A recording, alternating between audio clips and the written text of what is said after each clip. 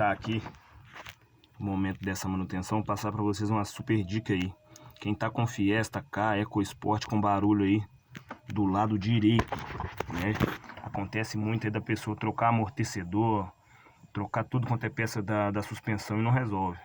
Mas qual que é a peculiaridade desse carro? Esse suporte aqui, pessoal, do motor, ele tem que ser montado aí com trava química, né? Tanto esses dois parafusos aqui, e o principal que mais dá barulho é o de baixo aqui, ó. Tem um parafuso aqui de baixo. Ele, com a trepidação, que é normal do motor, ele bambeia aqui. Quando você olha aqui tá tudo normal, mas porém quando você movimenta o carro, passa alguma imperfeição, esse suporte aqui acaba pulando e ele bate aqui, ó, e fica dando barulho e você não encontra o que é, né? Então quando você tiver com barulho aí no seu Ford aí, e você não estiver encontrando, sempre venha nesse suporte aqui, pessoal, cheque primeiro, antes de trocar qualquer peça.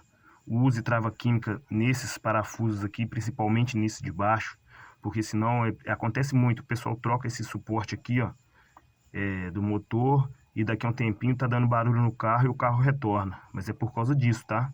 Sempre montem com trava química e sempre chequem esse suporte aqui antes de condenar qualquer outra peça.